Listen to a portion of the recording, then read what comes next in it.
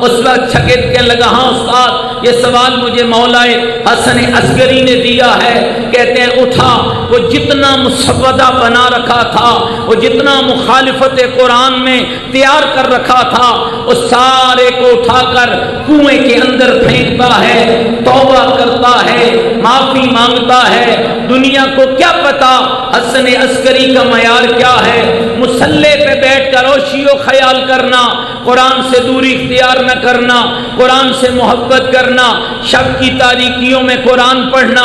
تیرے اور میرے چھٹے امام نے فرمایا تھا ہمارے جس شیعہ کے گھر میں شب کی تاریکی میں قرآن پڑھا جائے کہا اس کا کمال کیا ہوتا ہے کہ جس طرح آسمان کے ستارے زمین والوں کو روشنی دیتے ہیں, ہمارے شیعہ کا گھر آسمان والوں کو روشنی عطا کرتا ہے.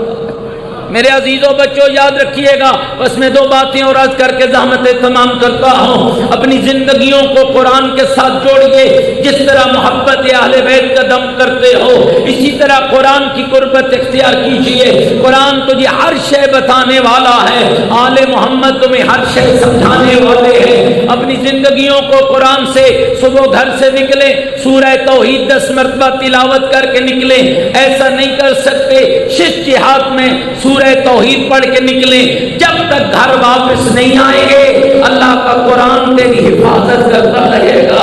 جن کے ہاں بچے رات کو ڈر جاتے ہیں سونے سے پہلے 11 مرتبہ درود اول, 11 مرتبہ درود آخر, 7 مرتبہ سورہ الحمد پڑھ کے سو جاؤ. ساری رات تیرے بچے کی حفاظت اللہ کا قرآن کا, میری طرف توجہ رکھنا, تیرے بچے کی حفاظت اللہ کا قرآن کرتا رہے گا.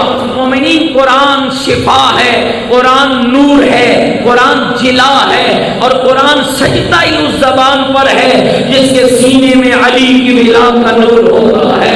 قرآن اچھا ہی اس گھر میں لگتا ہے جس میں 14 کی محبت کا نور ہوتا ہے.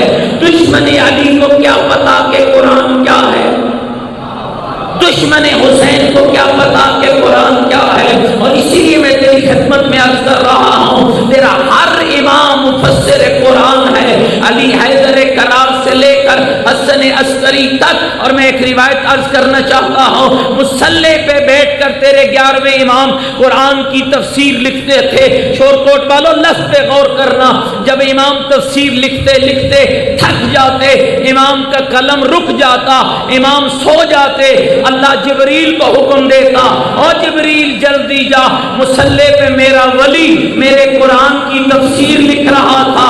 جہاں پر زہرا کے حسن عسکری کا قلم رکا ہے اگلا حصہ مکمل کر تاکہ پتہ چل جائے اس تفسیر کا آنا کہاں سے ہے, جانا کہاں. اور مومنین کرام ذرا توجہ کیجئے, بس آخری دو باتیں.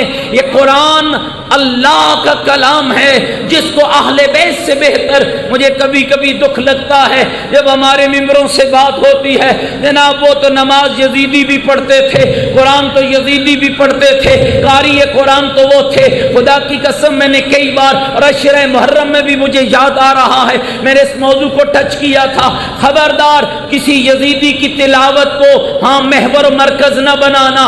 عمر ابن سعد قرآن پڑھے تو کیا فائدہ, حسین ابن نومیر پڑھے تو کیا فائدہ, شمر ذوالجوشن پڑھے تو کیا فائدہ. قرآن اسے فائدہ دیتا ہے جس کے سینے میں حسین کی محبت کا نور ہوتا ہے. اسی لیے تاریخ نے یزیدیوں کے خیموں میں پڑے ہوئے قرآن کی بات نہیں کی ہے, ہاں شمر کے خیمے میں پڑھنے والے قرآن کی بات نہیں کی ہے.